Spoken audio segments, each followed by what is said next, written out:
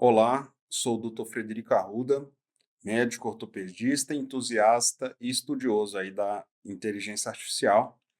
Hoje vamos falar sobre a inteligência artificial na rotina dos profissionais de saúde. O que é possível e o que já está funcionando. Então, por que falar de inteligência artificial no SUS? Né? O SUS hoje atende cerca de 75%, né, da população brasileira. Então, pensa num qualquer ganho de eficiência, nesse atendimento, gera um impacto colossal, gera um impacto grande para a população.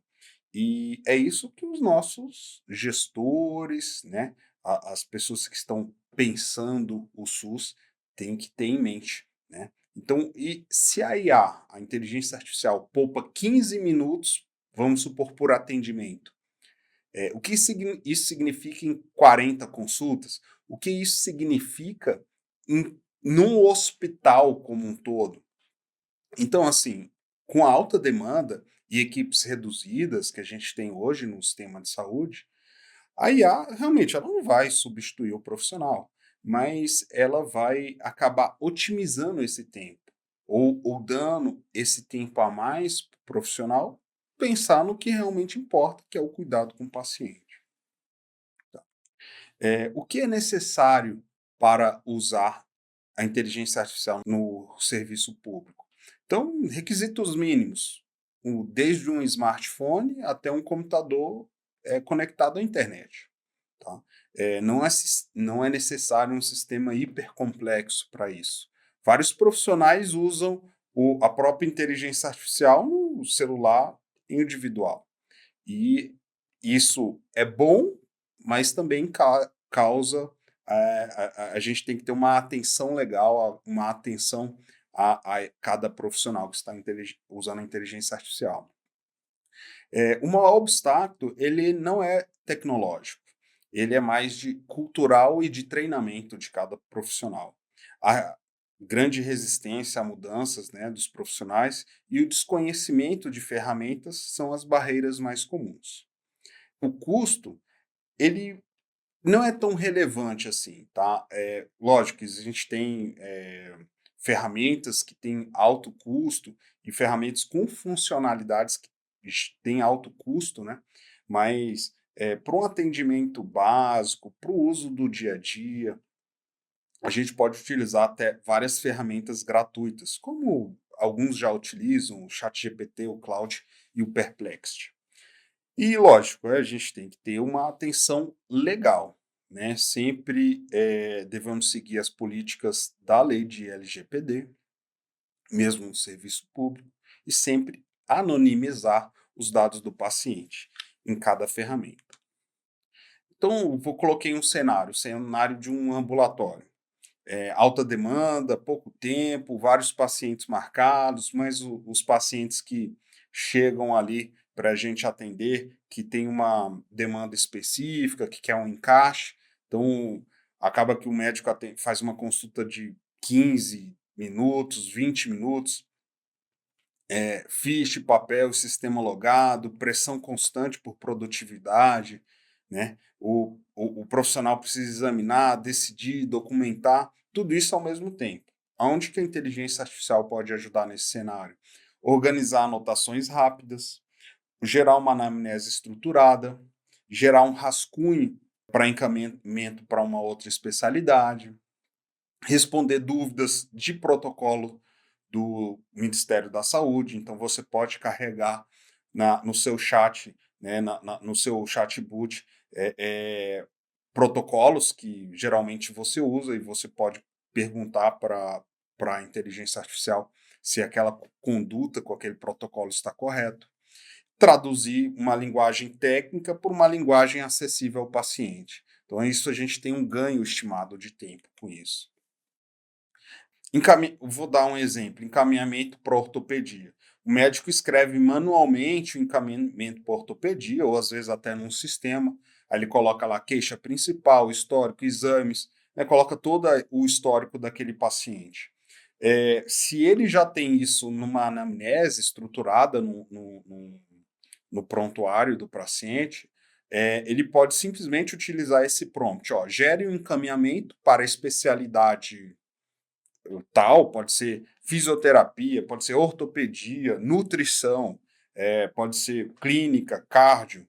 Então você vai colocar, gere esse encaminhamento para essa especialidade com base nas informações clínicas abaixo ou as informações clínicas do prontuário.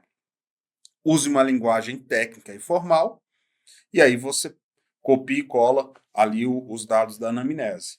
Então, de imediato já sai esse encaminhamento. Enfermaria, então um segundo cenário, na enfermaria, né, que a gente tem o plantonista da enfermaria, que tem documentações extensas, tem múltiplos pacientes com múltiplas comorbidades, tem a questão da passagem do plantão, a evolução diária, né, resumos de alta, né, que consomem um tempo precioso, onde que a inteligência artificial poderia ajudar? Estruturar essa evolução diária a partir de anotações rápidas do médico, resumir o prontuário para passagem de plantão, então isso daí já é usado rotineiramente, organizar listas de pendências para quando você vai passar o plantão para o colega e gerar um resumo de alta clínica já padronizado. É um ganho de eficiência estimado de 10 a 20 minutos, a verdade até mais, né? Até o fato de você estruturar isso de uma maneira que seja visível e prática para todos, se você ganha você tem um ganho de eficiência que é intangível, né? Então, um resumo prático, né? Uma parte prática. Então, o médico prescreve um resumo de alta do zero, ele percorre o prontuário para preencher esse resumo com diagnóstico, comorbidades, procedimentos, medicações e orientações de retorno. É uma tarefa que exige tempo. Se o médico já tem, com o uso da IA, ele simplesmente usa um prompt, copia e cola aquele prontuário, né? O que está escrito no prontuário, ele consegue gerar esse resumo de alta com muito mais agilidade. Então, o prompt que a gente utiliza nesse dia a dia, né, com base nas informações clínicas abaixo, cria um resumo de alta com os campos diagnóstico principal, comorbidades, procedimentos realizados, medicação de alta e orientações de retorno. Aí você copia e cola o texto, ele já vai te gerar esse resumo de alta. O cenário 3, reabilitação, relatórios funcionais e equipe multidisciplinar. Então, a realidade, equipe de reabilitação envolve fisioterapeuta, terapeuta ocupacional, fonoaudiologia, psicologia. E cada um desses profissionais, eles têm que se comunicar entre si em relação à evolução ou não do paciente. Então, pensa só, aqui o exemplo são 4 profissionais, 4 relatórios que devem ser gerados. Esses relatórios, cada um dos outros profissionais tem que ter conhecimento sobre ele, das evoluções em cada etapa da reabilitação. Isso exige tempo e demanda, né, muito dos profissionais. Onde que a inteligência artificial poderia ajudar? Estruturando esses relatórios, até quando você tem questões de convênio e etc. Organizar metas, né, para os 4 profissionais, tentar homogeneizar essas metas para profissionais, gerar esses resumos interdisciplinares, né, para reunião de equipe e adaptar orientações para o próprio paciente numa linguagem mais acessível. Então, um caso prático, o fisioterapeuta tem que escrever um relatório funcional, o plano de saúde ou simplesmente para a equipe interdisciplinar, e ele tem que organizar os dados clínicos, definir a linguagem técnica, estruturar os campos, o que foi feito. O processo é repetitivo, né, para cada paciente, e cada paciente vai precisar de um relatório. De uma forma simples, usando a inteligência artificial, o profissional vai fazer essas anotações, lembrando que essas anotações podem ser feitas até à mão. Você tira uma foto dessas anotações e passa para a inteligência artificial aquele rascunho e ele consegue gerar, né, um relatório com aquele documento já pronto, né. Então o prompt que a gente utiliza é: organize as informações abaixo em um relatório funcional de fisioterapia com os campos diagnóstico funcional, condição atual, objetivos terapêuticos, evolução e prognóstico. Utilize uma linguagem técnica formal, você copia e cola o texto aqui. E lembrando que você pode fazer isso manual, tirar uma foto e anexar ao documento, ao prompt, e a inteligência artificial já vai te gerar esse relatório. Então, a adaptação à inteligência artificial, à realidade do SUS e ao IGES, né, ela é uma integração, ela não é obrigatória, mas gera uma eficiência muito grande, tá. Lembrar da lei LGPD, sempre anonimizar esses casos, né, antes de colar qualquer texto, e você pode começar usando ferramentas gratuitas como ChatGPT, Claude e Perplex. São compatíveis com qualquer celular ou smartphone. E é uma oportunidade institucional. É uma oportunidade institucional ao SUS, ao IGES e aos outros hospitais, até postos de saúde que são localizados em áreas mais remotas, em que pode utilizar protocolos do Ministério da Saúde, protocolos de instituições de renome, e colocar né, como uso e fluxo da sua instituição. Aqui é um quadro consolidado de ganhos, né, que a gente pode ter.